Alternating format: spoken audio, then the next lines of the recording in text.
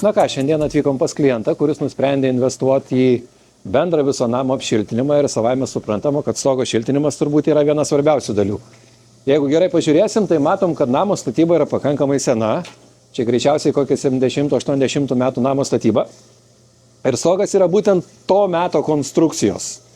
Ir pagal stogo konstruktyvą matom, kad apšiltinti turbūt tais vadinamais įprastiniais ir tradiciniais šiltinimo būdais būtų sunkiai įmanoma. Tai, kaip minėjau, stogo konstrukcija yra pakankamai sena ir čia įvairiausiuose kampuose, suleidimuose, mūrlotų vietoje, langų angokraščiuose ir visur kitur turim daug tokių nišų ir nišelių. Ir jeigu pažiūrėsim gegnių išdėstymą, tai gegnių išdėstymas yra žingsnis labai toks nenuspėjamas. Čia gali būti ir metras, ir pusantro metro, ir daugiau. Ir jeigu turint omeny rinktis kažkokį tai standartinį šiltinimo būdą, kad ir tą pačią vatą, tai būtų pakankamai sudėtingai padaryti. Ne tik dėl žingsnio tarp gegnių, bet ir tarp viduje esančio tam tikro lentų lotavimo. Ir kaip minėjau, šiltinimo sluoksnis yra labai svarbu, bet turbūt dar yra svarbesnis konstrukcijos sandarumas, kas naudojant mūsų technologiją turbūt būtų bene geriausias sprendimas būtent tokiu būdu apšiltintą namą. Ir kai pasižiūrėsim, kad ir šičia kampuose, mes matom atviras nišas, per kurias praktiškai šviečia laukas, lygiai tas pats matosi ir mūrlotų srity. Toliau, jeigu pasižiūrėsim, angokraščiai čia yra pakankamai neblogai apdirbti ekstrudiniu polistirolu, bet jeigu pažiūrėsim nišą po apačią palangės, ten irgi pamatysim beveik praktiškai vos nešviečiantį lauką, kas reikalauja atskiro užsandarinimo. Lygiai taip pat kalbam ir apie frontonų šiltinimą, nes pažiūrėjus iš šios pusės mes matom, kad frontonas yra mūrytas tik tai per pusę plytos ir čia natūralu, kad čia nėra ne tik šilumos izoliacijos, bet ir nėra sandarumo jokio. Tai mūsų šiltinimo sluoksnis iki profilio viršaus bus panašiai apie 20 cm su viršum. Ir šitą problemą mes tikrai nesunkiai išspręsim. Vėl taip pat turim sloglangį, ar ne? Sloglangis vėl taip pat yra, žiūrėkit, įrėmintas į ekstrudinių polistirolą ir klientas pakankamai gerai pasiruošė šitą vietą. Ir kad šitą vietą užsandarinti reikės suformuoti visą pilną nišą aplink stoglangį, praktiškai iš visų pusių.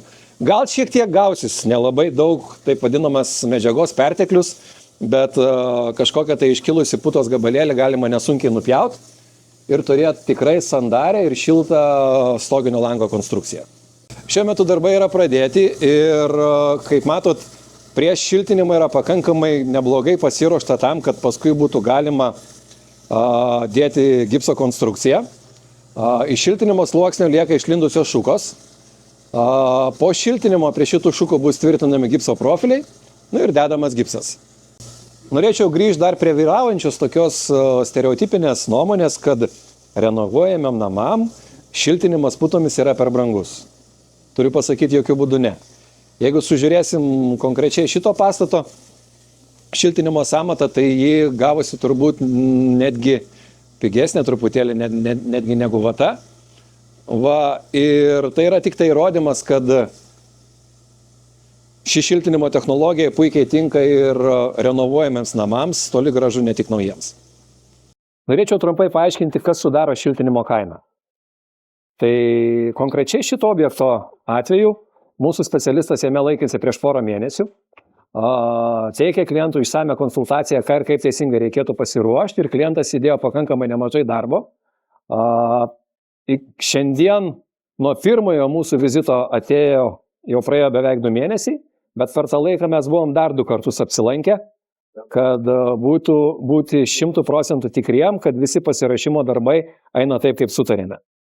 Galiu pasakyti, kad dažnai galim paskaičiuoti preliminarią kainą. Ir pavyzdžiui, kaip šio objekto atveju iš tikrųjų esam pasidarę preliminarią sąmatą, bet centų tikslumu pasakyti, kiek tai kainuoja, yra pakankamai sudėtinga dėl konstrukcinių ypatumų.